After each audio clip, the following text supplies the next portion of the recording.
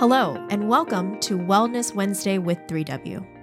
Wellness Wednesday is sponsored by 3W Medical for Women, a nonprofit medical clinic offering free of charge or low-cost reproductive health services to women in the Seattle area, regardless of income or insurance status. 3W does not profit off of the reproductive health choices women make. The information shared in this podcast is the opinion of the speaker or speakers. Medical information is not intended as individual medical consultation, but for general education only. Always consult your own health professional for personalized advice regarding medical decisions. And if you're in the Seattle area, consider making an appointment to consult with us.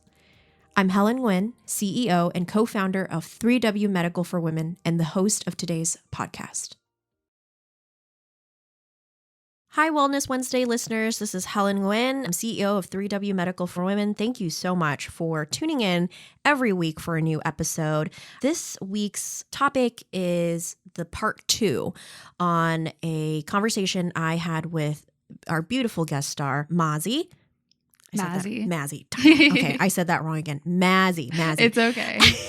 I am so sorry. I said her name wrong the whole time in the last podcast. So I'm going to try to be very intentional with saying Mazzy. Mazzy. Yes. Okay. So Mazzy shared with us at our last recording her kind of personal experience and some tips with her struggling prior. Not so struggling now, right? Do you think? I would say I'm very much recovered, but Yeah.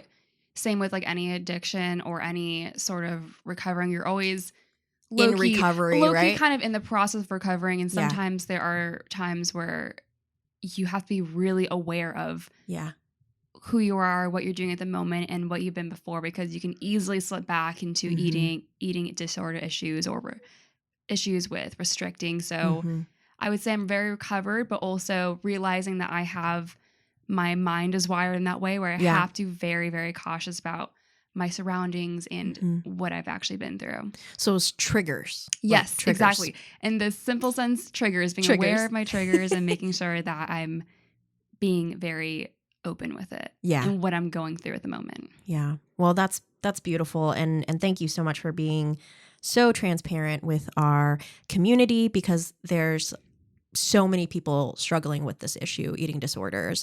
And it's so important to hear from someone like you who is in the public, is very much a role model to a lot of women and a lot of young women. So, so just thank you so much for coming back and continuously share with our patients and our community about eating disorder. Yes, I'm so excited to be back. I love this. Yeah, it's something that we need to talk about more. Yes. So since our last podcast, you shared with me that folks reached out to you, right? Which is like awesome. I love that. I know. I really love that too. So folks, if you're listening out there, share it with your friends. I'm sure there's someone. Yeah, I'm sure there's someone that's struggling with this issue, that's keeping it a secret, that is ashamed to talk about it, or they could relate in some way. And Mazzy is someone that I think is so personable that you could even reach out to her, on her Instagram or her social media platforms to continue this conversation on a more personal basis. So today I wanted to talk about more of like the different types of eating disorders, because there are different types of eating disorders, which I didn't even know about. There's so many types. I know, because it's all unique. Yes, to the person and their experience. Yeah, which is really mind-blowing to kind of research about. And then also different culture groups that deals with food and eating and body image in different ways.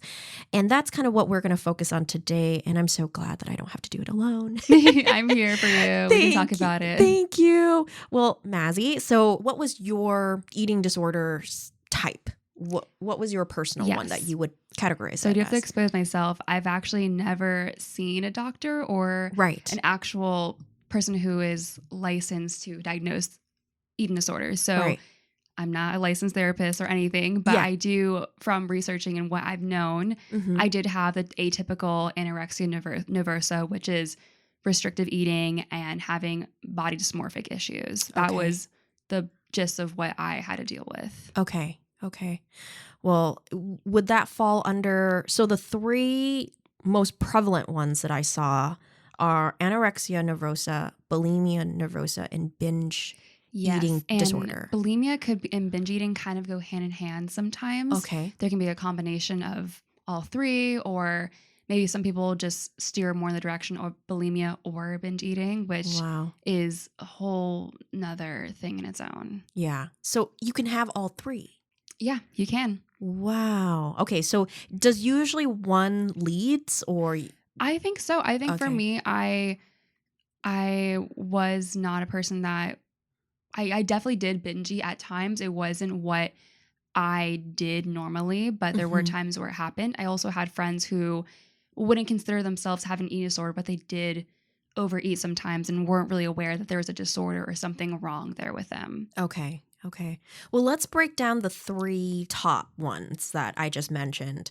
And what do you think are the differences between those 3? So let's start with anorexia nervosa. What is that focused on most? Anorexia is more of the overarching of the eating disorder. It's basically what I would classify as restrictive eating, or having these thoughts of wanting to restrict or constantly think about food. Like I said in the last podcast, it's not very simple. It can also be very mental. Some people have eating disorders and have a regular body weight and don't participate in the restricted eating, but they do have those issues and body dysmorphic images in their head constantly, which is it's super sad to like have. And once you've recovered and realize, wow, like my mind is such a happier place to be, you realize how bad those images of hating your body, wanting to restrict, always constantly thinking about food. It's so sad. Wow. Yeah. I think about food all the time. Maybe I should. No, there's a very unhealthy way. Yes. There's like a healthy way, like, ooh, I'm hungry. I'm always constantly thinking about, okay, what am I eating next? Yes. Thinking about it. I'm so looking forward to it, like lunch. This is a like totally side note, but I slept over at my friend's house the other night, and we were at the grocery store the night before, like just picking up something small. And I was like, maybe I should like get my breakfast. I was like thinking my breakfast already. So like got like my breakfast already just so I can have in the morning, because when I'm hangry, that's not good meat to be around. I don't think most of us do really well when we're hangry. So oh yeah, for sure. Yeah. What about bulimia nervosa? What is that? Bulimia nervosa, it's making yourself purge what you've eaten. Okay. There definitely are different like characteristics of it, but from what I know is purging what you've eaten, or maybe you might eat regular meals and not restrict, but you do like purge afterwards. So it harms your body in that way. It harms your teeth, harms your throat. People who do it all the time constantly, the bile can burn. Yes. Yeah, I've heard that. Your tonsils, your throat can erode at your teeth. So that's one of the main characteristics of having bulimia. Wow. Yeah. And how about binge eating disorder? Binge eating, it would be like overeating constantly. Sometimes, like I said, there's like all 3. You can be restrictive for days or restrictive all day and then just go crazy and like just binge eat everything. And then you could be bulimic and force yourself to purge. So it could be a combination of all 3, but binge eating would be overeating to the point where you just feel very sick and not yourself. And you can go days without eating. So sometimes people do critique fasting, because fasting is an awesome tool for many people, and so many cultures have used it for thousands of years. So it's intermittent fasting, right? Intermittent fasting, not just new trend. Yes, intermittent fasting. Yeah. But if you have an eating disorder and you are a person who intermittent fasts, it could be very triggering to binge eat after those fasts. Wow. And is binge eating, maybe this is a silly question, but is binge eating usually associated with junk food, or can you binge on like healthy food and it's like a good thing, but then you starved yourself for that many days and then you eat like just broccoli or something? I think it could be, I've definitely had those issues myself, not very frequently, because I was mostly anorexic nervosa with that. But it was, I'm trying to think. I think, it's mostly associated with eating junk food, because when you're restricting yourself for hours and hours on end, or days at that point, you just only think about food. So I do see it being more towards junk food than healthy food. But then I can see people who do have healthy food, they just overeat that healthy food becomes very unhealthy in that way. Yeah. I remember in college when I was dating my husband, he lived in an apartment with the football players at the UW, Mm-hmm. and they would only eat baked chicken breast. Yes. Like all the time. Like I would come over and it would just be plain baked chicken breast. That is insane. And I was like, I cannot eat something like that all the time. But they were, trying to train and stuff like that. And I don't know if it ever got unhealthy. I just don't know how you eat that day in and day out. I don't understand either. I do understand that you have to get your protein and your macros up, but there's like a whole nother topic about bodybuilding athletes who low-key have eating disorders in a way with the way that they're restricting, but their minds are framed in a way that I'm doing it for performance. And it's really awesome to eat healthy. It's really awesome to have protein, have your rice and your carbs and your vegetables, but there can be a way where if you are so afraid to go outside of eating that, so deathly afraid, which a lot of people who have eating disorders can relate to that. And that's when it gets really unhealthy. Yeah. So everything in moderation. Yes, exactly. Well balanced. Intuitive eating. Yeah, have all the pure, the food pyramid. Yes. Like have your greens, have your grains, have your proteins. But hyper focusing on one thing is probably not good. Yes. You heard it, folks. So, okay, I wanted to then switch gears to, now that we kind of have a definition for these 3 types of more prevalent eating disorders, let's get down to the nitty-gritty parts of it, of culturally. How do people approach food? How do people approach eating disorders in different cultures? And especially for the, BIPOC community, Black, Indigenous, and people of color, what has been your experience in folks that identify as me, like Asian, I can relate to a lot of ways that I can even think of my own mom saying certain things about my body type. It does come back down to our mothers sometimes. But it always comes back to parents and childhood trauma. But I was listening to another podcast where they were talking about body issues and talking about how mothers not even commenting on their daughters or their son's body, but also commenting on their own bodies in front of their kids can make a difference. Yes. But of course, mothers do tend to comment on the daughters' bodies and their bodies at the same time too. Yeah, I can remember, I don't think I'm Vietnamese, and I don't think my body type is very typical Vietnamese because our cultural dresses are very tight and slimming and for a very specific body type. And I was never comfortable wearing that. And I just could remember having discussions with the women in my family that were able to wear those types of cultural dresses and how it didn't fit me the right way or something like that. That was a very early on conversation about body image and about food and stuff like that.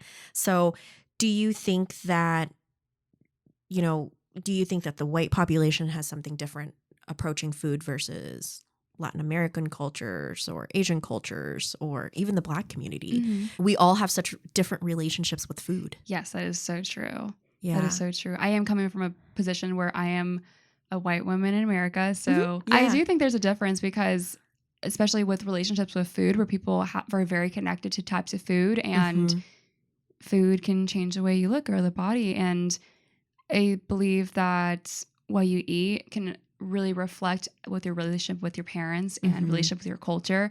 Yeah. So it can be a break away from your culture to not eat those types of foods, or eating disorders can influence you to stray away from it and say, like, I don't want to eat the food that I'm used to growing up with because I want to restrict, I want to do this. So it is a distancing from culture to have an eating disorder.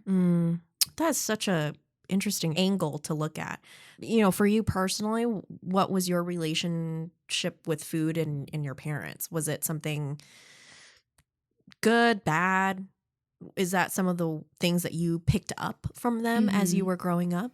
My parents, they're always very healthy, very active people. Growing up, my mom was she was the type that would comment on my body and would comment on her own body. And I was very aware that she did not like the way that she looked, and she would comment on my body like, oh, you're getting too skinny, or you're getting too this or that. And I have definitely framed it in my mind where if I do have kids, I'm going to avoid talking about their body in any way, because any comment really, it makes a kid grow up. It really does. Because when you're a child, you're not aware of what's going on. And then comes a day where you're like, oh, I'm in my body and I'm more aware of my body. And that's a lot of stealing of a children's happiness, to be making them aware of the body that they're in, and criticizing it and feeling shame of it, really. Yeah, it's never in a positive way. No. I don't think we're taught to do that naturally. No. I think it's much easier to criticize, right? Or it's much easier to find flaws in so many ways. And especially as in children, they're so impressionable, and they're like sponges, and they'll pick it up. They're like, oh, like I get more praise from my mom when I'm at a lower weight, or when I'm looking athletic, or one thing that I've also learned is to not praise kids for being thin, or commenting like, oh, you look so good. Did you lose weight? Or like, you lost weight, looks so great. Yeah. So I've noticed that a lot because then kids frame their mind like, oh, being small is where I get the praise and love from my parents, or the praise from my community. And that's when it gets a little bit messed up and tricky there. Yeah. I can totally see that. Yeah. I've known a couple of folks in my community I can think of that has done that to their girls specifically. It's interesting how it's mainly focused on women.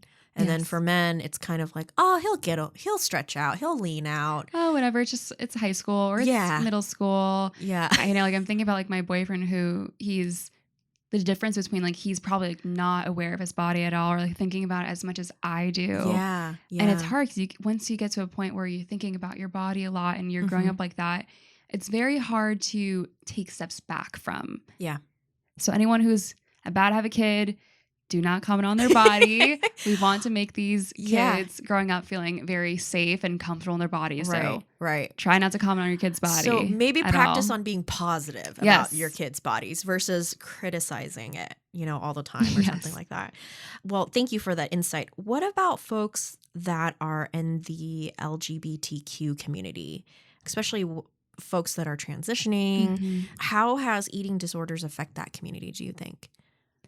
That is a really big issue with especially the trans community. I myself, I identify as bisexual, so I am in that community in a sense. And it's super prevalent, especially for trans women transitioning to being a woman. And just with the amount of hate that these people are receiving and the lack of affirmation from maybe friends, family, and their community, there's even more pressure to push towards assimilating or wanting to have more of a womanly figure, or developing those eating issues. What do you think? Do you think it's become just more prevalent as the community have gotten more in the spotlight these days, right? Do you think there's more pressure, less pressure, or is it kind of the same, but we're just talking about it more? Yes. I can definitely see more pressure, because when trans people are getting more accepted and more in media, there are certain body types of trans women or trans men that are accepted. Okay. Because they're looking at this as the more that a trans woman looks like a woman and can fit into that mold, the more appreciated they are, the more uplifted they are, and the more they're put in movies or shows or TV shows. Because people have different types of body, and people who transition do not always want to get all the surgeries or all the gender affirming surgeries to be more quote unquote womanly or manly. So people who do get the surgeries that make them more look quote unquote like a woman or a man, they are praised more. And that's really, really hard for people who don't want to get those surgeries or don't fit into that box. Yeah, just looking at the stats, like 32% of transgender people will report using their eating disorder to modify their body without hormones. Oh, yeah, I can definitely see that. That's a high percentage. Would that be for transitioning men or trans men? They didn't break it down for transitioning to one gender or another, but it just, the numbers and the stats that I'm seeing, like 56% of transgender people with eating disorders believe their disorder is not related to their physical body. I mean, like, it's just interesting. It's very interesting. Yeah, these stats are coming out and they're high. They're high. They're There's high. so much intersectionality with it, with being trans and also having eating disorder and all those pressures of the media or looking a certain way. And I just feel so much for that community. Yeah, and it's interesting because, you know, our country's very rich. It's very wealthy. And the ability to have food, I think for most people, is very easy. Access to food, right? Regardless if it's healthy or junk food. Yes. And so I feel like within our own nation, there is this relationship with food and waste and all of that stuff. It's very complex. It is very, very complex. Yeah, you're telling me. Yeah, and no wonder people have such disordered kind of ways of looking at their own self-image and how it relates to food. Yeah. Because our different whole spectrum. There's the overeaters, there's people who have the plenty and have so much an abundance of it, and there's people who have anorexia and are restricting. There's such a huge spectrum, and there are some people who would not consider themselves having eating disorder that do because it doesn't reflect the stereotypical eating disorder where you restrict and you become very skinny. Yeah, because you mentioned last time you could look quote unquote normal. You could look you can like have a normal healthy body weight, but you still would have. You can still be restricting and no one knows. You can still be living with an eating disorder. Yeah. Yeah. And I guess lastly, the group that I was interested in is athletes. I guess that's a very obvious group. But, you know, with the community that you're connected with the pageant world, I feel like I feel like in itself, that's like a very competitive, athletic kind of competition, right? People would not assume that the pageant community is super competitive and athletic. You're training all the time like an athlete at some points. Yeah. I've seen your Instagram. You look good. Thank you. But I was like, oh, girl, I cannot do that. But like, in that sense, do you see, and I think we touched a little bit on our last podcast, but how prevalent is eating disorders in the pageant world if they have that mentality of training like an athlete? Again, I think some people don't necessarily think they have an eating disorder when they might. I'm very aware of myself having had one, having still triggers sometimes. And I spent half of the pageants I've competed in, I've had an eating disorder in them. Wow. And I've always reflected on that. And that's super interesting that I went from that to now being a recovered person, how much happier and how much better I'm doing in pageants when I don't have an eating disorder. Yeah. But same with a lot of competitive sports, people are in this frame of mind where they don't see themselves having these disorders. They see themselves as working hard and eating healthy and going for a goal. And sometimes that can be eating disorder itself, where you're just pushing yourself really hard for something that won't amass you to what you're actually looking for. Yeah. So it's so important that we're having this conversation because, first of all, you're not an island. You have a group of people, a community of people, and if you don't, let 3W or Mazzy here be a part of your community because we care about you. If you're suffering with this, we want to be here for you. And sometimes it takes someone from the outside pointing out, like, wow, you are really obsessing about this, or you look great. Why are you so worried about this or that, of fitting into this certain size? Or why are we so focused on it? I just don't understand it. I don't know. I don't know why we're so focused on it. It's really holding us back as a race, a humanity, being focused on such little things when there's so many other big things like climate change and issues happening in our world, but we're focused on losing 5 pounds to fit into something. Like, why are we focused on that? It's just, it's so easy for me to say right now, but we really got to realize, like, what is the bigger purpose here? And do we want to look back and realize we spent 20 years of our lives worrying about our weight, or spent 20% of our day worrying about, what am I going to eat? When am I going to do this? When am I going to work out? Like, that's so much brain energy. So much brain energy is going towards this when it's just not making us happy. Like, is this going to make you happy? And the answer is no. Losing 5 pounds is not going to make you happier. If you're not happy in your body right now, or not working towards trying to be happy. I understand people have their bad days, and it's totally okay for people to not feel themselves. But if you're not working towards being happy in the moment that you are in right now, then you're not going to be happy when you lose that weight or get that boyfriend or get that job. And that's what I'm trying to constantly teach myself and try to reinforce in people around me. That's wonderful. I mean, just a well-balanced life really emphasizes that happiness in which we're trying to seek, right? Well, just a little bit of a side note of like, I was very, very sick recently.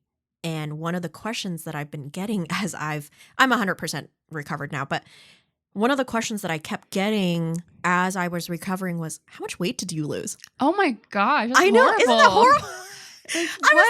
I mean, I can laugh about it now, but in the moment I was like, why are you asking me about that right now? I was sick. I did not feel good. I know. It was not because I didn't want to eat or I wasn't thinking about food. It was like I physically couldn't do it. And that's such an unhealthy way of looking at body image and eating and stuff like that. But yeah, people ask me that, like, how much weight did you lose? Like, none of your business. I know. Hello. Well, to end on that note, if you're struggling with this, folks out there, if you just need someone to talk to, more resources, of course we encourage you to educate yourself and do your own research, but just know that we're here for you. And, obviously Mazzy is so personable that she wants to talk to you. Come hit my line. Yeah. She's a wealth of knowledge, and she could probably be that person in your life that can walk you through this really tough period. And if she can get through this and, be aware of her triggers, you can too. Yes, of course. Yeah. I just want folks to know I'm sitting in front of someone that's healthy and lovely and intelligent and want to provide and make an impact in our community. And that's something that any one of us can do. So thank you so much again for coming onto our podcast and, wrapping up this conversation. I'm sure there'll be more conversations related to this, but if you enjoyed this conversation, if you want to learn more, please reach out to us here at 3W and tune in for our next one. And I'm sure you're going to hear from Mazzy again. So yes, perfect. If you want to reach out to me, my Instagram is Mazzy Eckel, MAZZYECKEL. I also have a podcast of my own on my Instagram called Pursuing Leadership. Yes. I speak with a lot of nonprofits in the area. You can hear 3W Medical on it. You can hear Helen on it. And please reach out to me if you have any questions. I would love to reach out and maybe meet up for a coffee with someone in Seattle who may be struggling. I'm super open to it. So please reach out to me. She is so approachable. She is so approachable. You'll be like, who is this goddess that I'm having coffee with? But she is so approachable and so personable. It's just been such an honor and fun time to sit down and talk to you guys. It's so fun. So thank you, listeners out there. Give us your feedback about this podcast or guests that we've had leading up to this last few episodes. Thank you so much and have a wonderful Wednesday. For more information about 3W, please visit our website at 3wmedical.org. That's the number 3, the letter W, medical.org. From there, you can learn more information about the services we provide, book an appointment, or make a donation if you'd like to support our mission. You can also call our office at 206-588-0311. That's 206-588-0311. If you like this episode, please share it with others and consider subscribing on your favorite podcast platform so you never miss an episode. Thank you so much for listening, and until next time, stay healthy and be well.